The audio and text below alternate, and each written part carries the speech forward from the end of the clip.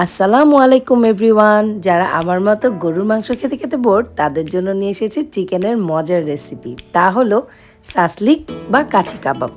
তো চলুন সবাই মিলে বানাই।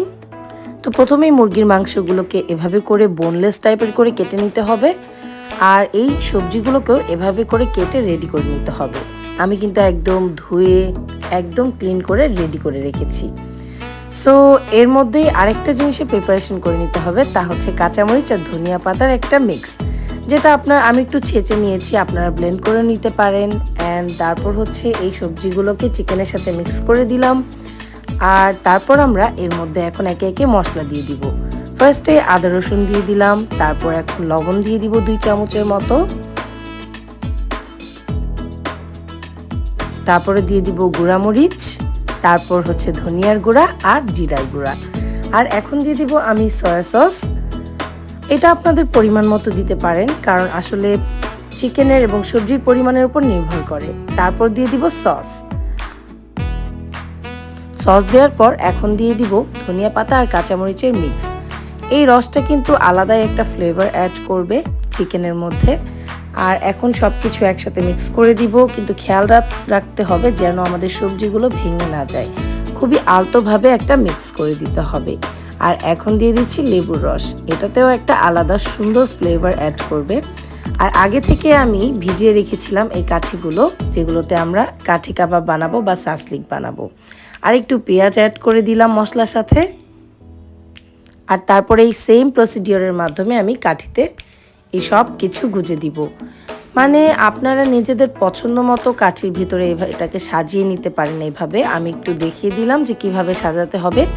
এটা কিন্তু একদমই আপনাদের ইচ্ছের উপর আপনারা সাজাতে পারেন।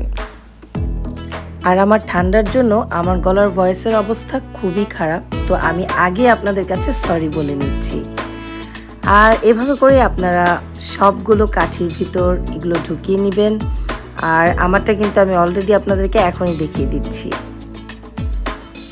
আর এই তো আমার সবগুলো কাঠি কাবাব বা সাসলিক সাজানো একদমই রেডি হয়ে গেছে। আর এটার উপর আমি একটু তেল ছিটিয়ে দিচ্ছি, যেন পাত্রের গায়ে কোনোভাবে এটা লেগে না যায়, আর সুন্দরভাবে একদম সিদ্ধ হয়ে যায় এবং ভাজাও হয়ে যায় একসাথে। সো এই যে আমি অলরেডি প্যানে অয়েল গরম করে নিলাম, আর এখন আমি এগুলোকে একে একে দিয়ে দিব।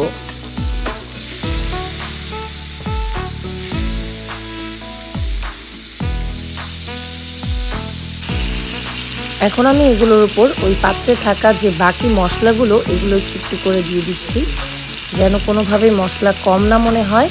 তাই মশলাগুলো দিয়ে দিচ্ছি, এটাতে করে টেস্ট আরও ভালো আসবে। কাঠি কাবাব বা সাসলিক বানানোর সময় অবশ্যই চুলার জালটা কিন্তু খুব সুন্দর করে বাড়িয়ে কমিয়ে ব্যালেন্স করতে হবে।